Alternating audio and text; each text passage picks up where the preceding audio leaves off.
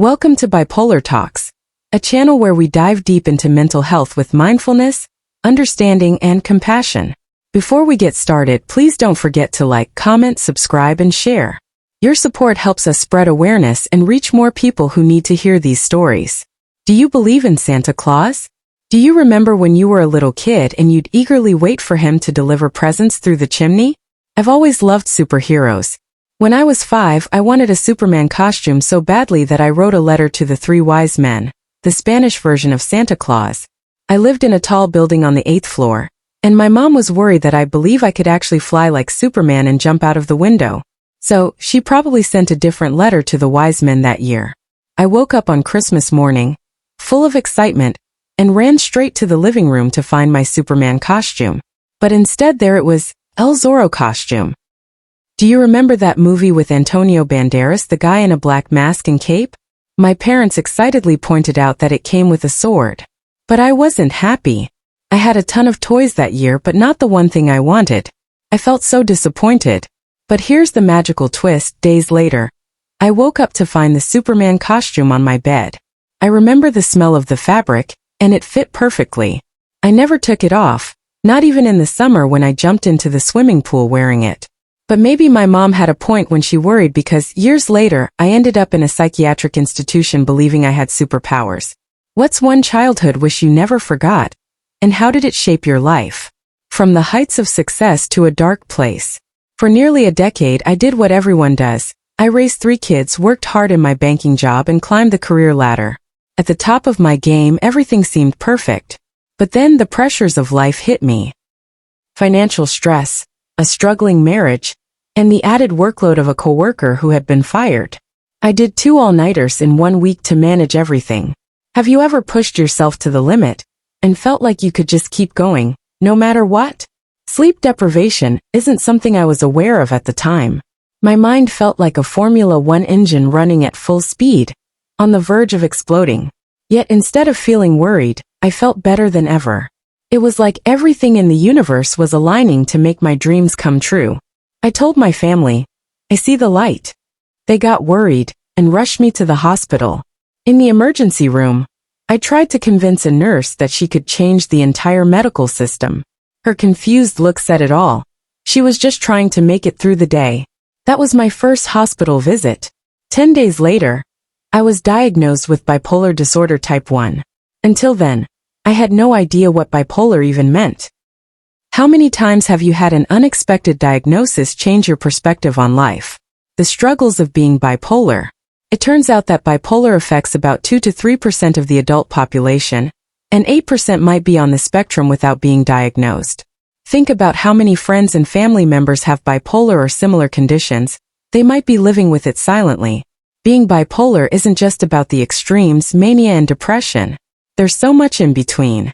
Bipolar can be a cycle of manic episodes, hypomania, and deep depression, sometimes lasting for days, weeks, or even years. There are different types. Bipolar 1, like me, involves both mania and depression. Bipolar 2 has hypomania but no full manic episodes. There's also rapid cycling, where a person jumps from one extreme to the other in the same day.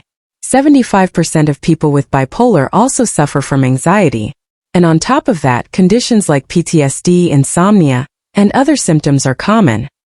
I now realize that I have been living in a state of hypomania for most of my adult life, which might explain why I was so energetic as a kid. How do you manage the balance between high energy and burnout? A life shattered but not over. When I left the hospital, the doctor warned my family that I might develop suicidal thoughts at some point. I thought, why would I ever think that? Little did I know how drastically my life would change in the years ahead. 3 years later, I found myself socially isolated and unemployed for the second time. I spent a year just lying on the couch, staring at the ceiling. I even injured my hip flexor from lying sideways too long. Have you ever felt like you were stuck in a never-ending cycle of failure? At that time, I felt like a failure in every aspect of my life. Health, finances, my role as a father. My wife and I were splitting up, and everything seemed broken. One day, after getting a job offer, I felt nothing but emptiness. The doctor's prediction came true. I couldn't see any way forward. My mind was broken. But then something changed. I told my wife, "I'm falling into a deep hole and no one can help me." But she didn't give up. She scheduled a therapy session that ultimately saved my life. When was the last time someone helped you see hope when you couldn't see it yourself? The turning point. I met with a suicide prevention expert, and he shared something that changed everything for me. Suicide is a permanent solution to a temporary problem. This simple phrase allowed me to start reshaping my thoughts. Eventually, I began to reconnect with my family, rebuild my health, and embrace the concept of radical transparency. I started sharing my story, talking openly about my experiences in the psychiatric hospital, and realizing that mental health struggles don't define us. What would it take for you to share your story and be open about your struggles? Finding purpose through radical transparency. As I continued to heal, I realized that bipolar didn't happen to me, it happened for me. It gave me a new mission in life, raising awareness about mental health. Sharing my story became my way of helping others find balance and purpose. Bipolar doesn't define us. It's a part of us, yes, but it doesn't have to be the only part. It's chronic, yes, but it's treatable. And just because we have a manic episode or a psychotic break, doesn't mean we can't be stable, functional, and even thrive in life. What's one way you can start sharing your own truth today? Mental illness affects us all. Mental illness doesn't discriminate. It affects all races, genders, religions, and social classes. Sadly, 15% of those with bipolar disorder eventually take their lives.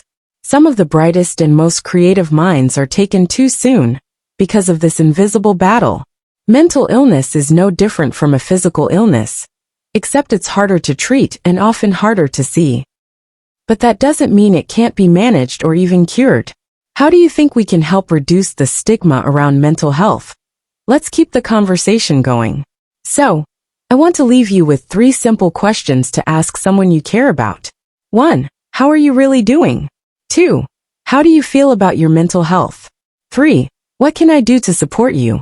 These questions can open up so many important conversations, and they might just save someone's life.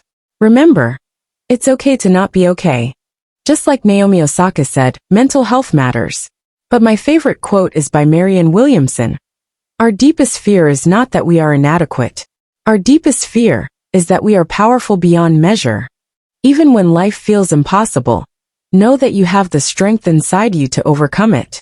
You might just be one conversation away from finding the support you need. Before we end, a quick reminder. This video is for informational purposes only. Always consult with a mental health professional if you or someone you know is struggling. Take care of yourself and remember, you are not alone. If you found this helpful, please like, comment, subscribe, and share this video. Your support makes all the difference. Thank you for joining me on Bipolar Talks. Take care and I'll see you next time.